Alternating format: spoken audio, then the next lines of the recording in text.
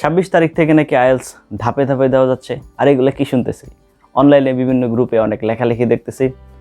আইএলসের মানে এখন নাকি একটা একটা করে ধাপ দেওয়া যাচ্ছে, অথবা আলাদা আলাদা পরীক্ষা দেওয়া যাবে। এই ধরনের বিষয় আসে যদি আপনার মাথায় ঘুরে বেড়ায় এবং তার সঠিক সমাধান এবং সলিউশন চাচ্ছেন, অনেকগুলো কনফিউশন আপনার মাথায় ঘুরে বেড়াচ্ছে, সেগুলো যদি আপনি জানতে চান তাহলে আজকের লেসনটি শুধুমাত্র আপনারই জন্য।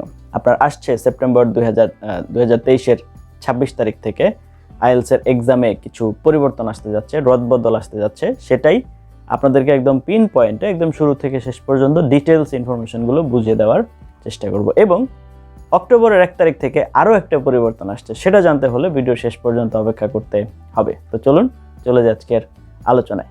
সর্বপ্রথম 26 তারিখ থেকে, দ্যাট মিনস এই সেপ্টেম্বরের 26 তারিখ থেকে আইএলস যেটা রেভলিউশন ইন্ট্রোডিউস করতে যাচ্ছে বাংলাদেশে, সেটা হচ্ছে ধরেন আমরা জানি আইএলস মডিউলে যারা এক্সাম দিবেন বা প্রিপারেশন অলরেডি নিয়ে ফেলেছেন অথবা সামনে নেবেন, 4টা মডিউলের এক্সাম হয়। প্রথমে হয় হচ্ছে লিসনিং, তারপর রিডিং, তারপর রাইটিং, 3টা একসাথে, আর স্পিকিংটা আলাদা একটা ডেট। এখন কথা হচ্ছে, এখন পর্যন্ত আমাদের যেটা করা লাগতো সেটা হচ্ছে আমরা কি করতাম, আগে রেজিস্ট্রেশন করতাম, সম্পূর্ণ পরীক্ষাটা দিতাম। যদি কোনো কারণবশত রেজাল্ট খারাপ হতো, আমার কাছে যদি মনে হয় যে আমার এক্সপেকটেশন অনুযায়ী রেজাল্ট আসে নাই, সেক্ষেত্রে আমি ইওআর করতে পারতাম। এখন ইওআরটা কি?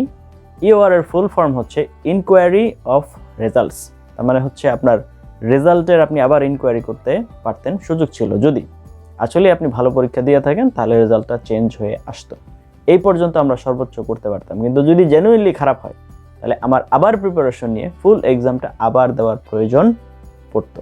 এইখানেই সবচেয়ে বড় আপনার টার্নিং পয়েন্টটা এসেছে, সেটা হচ্ছে যে এখন আইএলস আপনাকে সেই সুযোগটা দিচ্ছে যে আপনার ধরেন 3টা মডিউলে ভালো হয়েছে, সাপোজ আপনার হচ্ছে লিসনিংয়ে ভালো হয়েছে, রিডিংয়েও ভালো হয়েছে, স্পিকিংয়েও ভালো হয়েছে, আপনি রাইটিংয়ে যে কম হয়ে গেছে আপনার স্কোরটা, যেটা আমাদের বাংলাদেশের স্টুডেন্টদের ম্যাক্সিমাম ক্ষেত্রে হয়ে থাকে।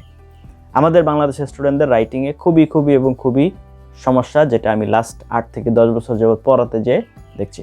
বাকি আলোচনায় যাওয়ার আগে welcome to my channel IELTS care. আমার চ্যানেলে আমি চেষ্টা করছি আপনাদেরকে ওয়ান স্টপ সার্ভিস হিসেবে এই চ্যানেলটাকে তৈরি করার জন্য, আপনাদের আইএলস রিলেটেড যে কোনো সমস্যা। তো সেক্ষেত্রে অবশ্যই নতুন একটা আপডেট এসেছে আর আমি আসবো না, এটা তো হতে পারে না, তাই না? তো চলে এসেছি আপনাদের কাছে আপডেট নিয়ে। তো আপনি যদি আমার চ্যানেলে সাবস্ক্রাইবার হয়ে থাকেন then you are the boss, otherwise please subscribe, it's my whole hearted request to you. তো এবার চলে আসি, আপনার হচ্ছে কি করতে হবে, একটা মডিউলে যদি আপনার খারাপ হয় তাহলে আপনি সেটাতে পরীক্ষা দিতে পারবেন, সুযোগ আছে, রাইট? আচ্ছা, ঠিক আছে, ওকে। তাহলে এখন কথা হচ্ছে, তাহলে এইটা রুলসটা কি? রুলসটা হচ্ছে আপনি যেদিন আপনার এক্সামের পরে আপনার যেদিন রেজাল্ট আউট হবে বা রেজাল্ট পাবলিশড হবে, তার থেকে 60 ডেইসের ভিতরে দিতে হবে। মানে আপনার এই যে আপনার OSR বলা হচ্ছে, এই যে নতুন টার্মটা এসেছে, এটাকে আইএলস বলছে OSR, that means one skill retake. OSR, one skill retake, that means আপনার যেটা খারাপ হয়েছে, আপনার কাছে মনে হচ্ছে আমি এটা আবার দিতে চাচ্ছি, সেটার জন্য আপনি অ্যাপ্লাই করবেন। তার জন্য 2টা কন্ডিশন, উইদিন 60 ডেজ এবং আপনি যে সেন্টারে এক্সাম দিয়েছেন তাদের এইটার এলিজিবিলিটি আছে কিনা। কারণ এইটার জন্য আবার হচ্ছে আপনার কি নিতে হবে, এলিজিবিলিটি নিতে হবে কাদের কাছ থেকে? ব্রিটিশ কাউন্সিল থেকে। বাংলাদেশে এই সিস্টেমটা ইন্ট্রোডিউস করতে যাচ্ছে ব্রিটিশ কাউন্সিল। আইডিপির ব্যাপারে এখনও আমরা কোনো আপডেট পাইনি, পাওয়ার সাথে সাথে আপনাদেরকে জানিয়ে দেওয়ার চেষ্টা করব। তাহলে সাপোজ ধরেন আপনি পরীক্ষা দিয়েছেন, এখন আপনার OSR করতে হবে, that means one skill retake নিতে হবে। সেক্ষেত্রে রুলসটা কি? রুলসটা হচ্ছে আপনি আপনার সেন্টারে চলে যাবেন এবং বাই দ্য ওয়ে এখন থেকে যারা এখন জানলেন যেটা সিস্টেম আছে, তারা যে সেন্টারে এক্সাম দিবেন তাদেরকে জিজ্ঞেস করে নেবেন যে আপনারা OSR এর সিস্টেম দিতে পারবেন কিনা বা এটা আপনারা প্রোভাইড করতে পারবেন কিনা, তাহলেই আপনাদের এখানে এক্সাম দিব। এটা সবচেয়ে বেটার হয়। রেজাল্ট পাবলিশ হওয়ার 60 ডেজের ভিতরে আপনার হচ্ছে অ্যাপ্লাই করতে হবে এবং আবার পরীক্ষা দিতে হবে। এখন যখন এটা হচ্ছে আপনার পরীক্ষা দিলেন, রেজাল্টটা হচ্ছে আপনার আগের যে সার্টিফিকেট, মনে করেন যেটা প্রথমে দিয়েছেন সেটাও থাকবে, পরে আপনাকে আরও একটা সার্টিফিকেট দেওয়া হবে। মূলত এটা দেওয়া হবে সফট কপি আপনাকে।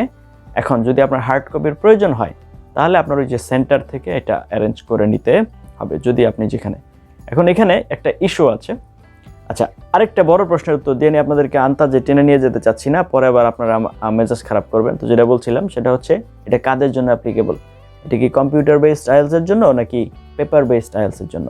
I am really sorry to say এটা হচ্ছে শুধুমাত্র অ্যাপ্লিকেবল কম্পিউটার বেসডের জন্য। এখন ভিডিওর শেষে আমি আপনাকে আরও একটা গুরুত্বপূর্ণ আপডেট দিব আইএলটিএস রিলেটেড, সেটা জানতে হলে আপনাকে শেষ পর্যন্ত থাকতে হবে, এইটুকু চালাকি তো আমি করবই। এখন আপনার প্রশ্নের উত্তর পেয়ে গিয়েছেন, এখন আপনি চলে যেতে পারেন, কোনো সমস্যা নাই। এটা শুধুমাত্র আপনার হচ্ছে কম্পিউটার বেসড এক্সামের ক্ষেত্রেই অ্যাপ্লিকেবল। এখন এই যে 26 তারিখ, তার আগের 60 ডেজের ভিতরেও যদি কেউ, মানে তার আগের যেদিন শুরু হচ্ছে তার আগের 60 ডেজ এর ভিতরেও যদি কেউ এক্সাম দিয়ে থাকেন, তারপরেও আপনি কি করতে পারবেন, আপনি হচ্ছে আবার আপনার ওএসআর করতে পারবেন। এখন যদি আপনার ওই যে সেন্টারে আপনি পরীক্ষা দিয়েছেন তাদের যদি এই এলিজিবিলিটি থাকে, তো যেটা বলছিলাম, এখন সার্টিফিকেট তাহলে দুইটা হবে এবং দুইটাই ভ্যালিড। সে যদি আপনার আইএলটিএস অফিসিয়াল যে ওয়েবসাইট আছে ওইখানে যদি আপনার সার্টিফিকেট ট্র্যাক করে তাহলে আপনার এটা পাবে। এখন কথা হচ্ছে আপনি যে ওএসআর নিয়েছেন সেটা কিন্তু সার্টিফিকেটে লেখা থাকবে, রাইট? এবং এইটা এমন হতে পারে যে ইনস্টিটিউট আইএলটিএসের ফার্স্ট টাইম আপনি প্রথমবার পরীক্ষা দেওয়ার যে সার্টিফিকেটটা রিসিভ করে, ওএসআর সার্টিফিকেটটা তারা রিসিভ করে না, এরকম হতে পারে। এখন ওএসআর কারা রিসিভ করে, এটা হচ্ছে আপনার ব্রিটিশ কাউন্সিলের একটা নির্দিষ্ট ওয়েবসাইট আছে, ওইখানে গেলে আপনি পেয়ে যাবেন। ভিডিও ডেসক্রিপশনে আমি ওই লিঙ্কটা দিয়ে দিব, যেখানে হচ্ছে গেলে আপনি চেক করতে পারবেন যে কোন ইউনিভার্সিটি কোন দেশ এগুলো রিসিভ করে, অথবা আপনি যে ইউনিভার্সিটিতে অ্যাপ্লাই করছেন সেইখানেও আপনি কি করে নিতে পারেন, চেক আউট করে নিতে পারেন যে তারা কি রিসিভ করে নাকি করে না। তো এবার আসি, কথা হচ্ছে খরচ কত লাগবে। খরচ হচ্ছে বেশি কিছু না, আপনার ধরেন 1/4 ধরে নিতে পারেন। যেহেতু 4টা মডিউলে যে পরিমাণ খরচ হয়, একটা মডিউলে যদি আপনি ওএসআর করেন তাহলে খরচটা ওই একটা মডিউলের জন্য হবে। এখন আরও একটা ইস্যু, কয়টা মডিউলের জন্য করতে পারবো? অনলি একটা। এখন মনে করেন আপনার পরীক্ষা খারাপ হয়েছে 3টাতেই, আপনি 3টা আবার ওএসআর করবেন? সুযোগ নাই। সর্বোচ্চ একটার বেশি ওএসআর করা যাবে না। That means one skill retake, তার মানে পুনরায় পরীক্ষা দেবেন, শুধুমাত্র একটা মডিউলের জন্য আপনি এটা দিতে পারবেন। দ্বিতীয়টায় করতে পারবেন না, তৃতীয়টায় করতে পারবেন না একবার, এবং একটা স্কিলের জন্য। তো ওভারঅল যে জিনিসটা দাঁড়াচ্ছে, আমি যদি পুরো জিনিসটাকে র্যাপ আপ করে একসাথে বলি, সেটা হচ্ছে আপনি কি করতে পারবেন, এক্সাম দিলেন, একটা মডিউলে খারাপ হলো, তাহলে সেই মডিউলে আবার এক্সাম দিতে পারবেন। কতদিনের ভিতরে? 60 ডেজের ভিতরে। রেজাল্ট পাবলিশ হওয়ার 60 ডেজের ভিতরে। খরচ লাগবে 1/4, 4/1 পরবর্তী যে সার্টিফিকেটটা পাবেন, 2টা সার্টিফিকেট পাবেন, আগের একটা এবং পরে সংশোধিত, মানে অথবা পরিবর্তিত আরেকটা নতুন যেটা হয়েছে সেটা।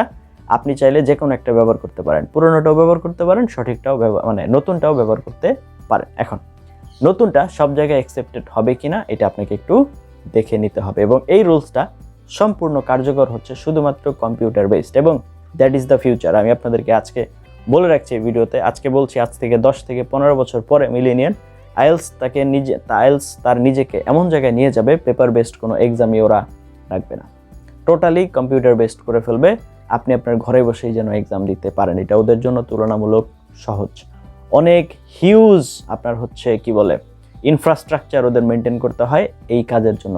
যদি ওরা এটা টোটালটাকে কম্পিউটার বেসড করে ফেলতে পারে, এখানে ওদের প্রচুর পরিমাণ বেনিফিট আছে এবং ওদের অনেক আপনার সুবিধা, অ্যাডভান্টেজ, এবং এটার কার্যক্রম এখান থেকে শুরু হয়েছে।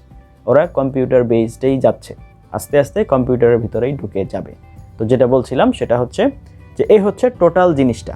এখন লাস্ট যে আপডেটটা বলে শেষ করব সেটা হচ্ছে আপনার অক্টোবরের 1 তারিখ, সেপ্টেম্বর মাস চলছে 2023-এর, অক্টোবরের 1 তারিখ থেকে আপনার আইএলটিএস-এর রেজিস্ট্রেশন ফি বাড়তে যাচ্ছে।